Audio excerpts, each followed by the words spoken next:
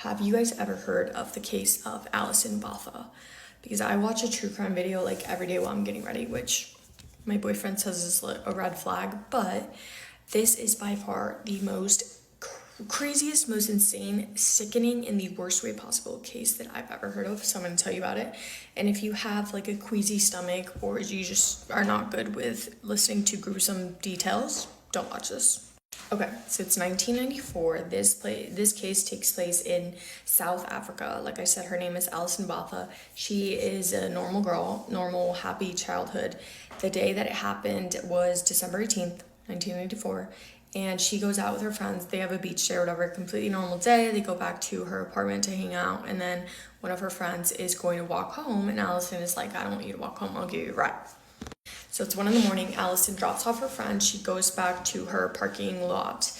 Back in her apartment, she is getting out of the car. A guy comes up to her with a very, and I don't want to say the wrong thing because I don't want TikTok to take this video down, but a very sharp, long weapon that you usually use in the kitchen. And a guy puts it up to her neck and says, get in the car or I'll kill you.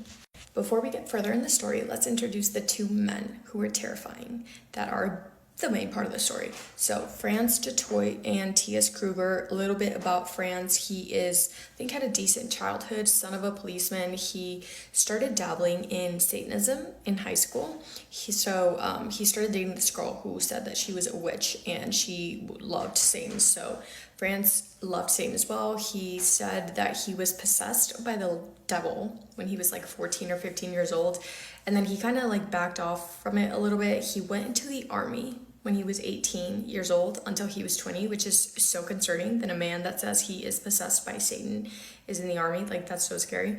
And then when he gets out of the army at 20 years old, he starts dabbling in petty crimes like stealing and things like that. And at this point of the story, he is 26 years old.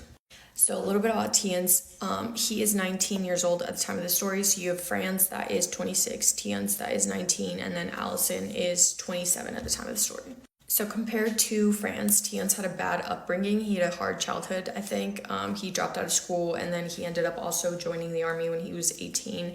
And then he also actually started dating a girl who said she was a witch and started dabbling in Satanism.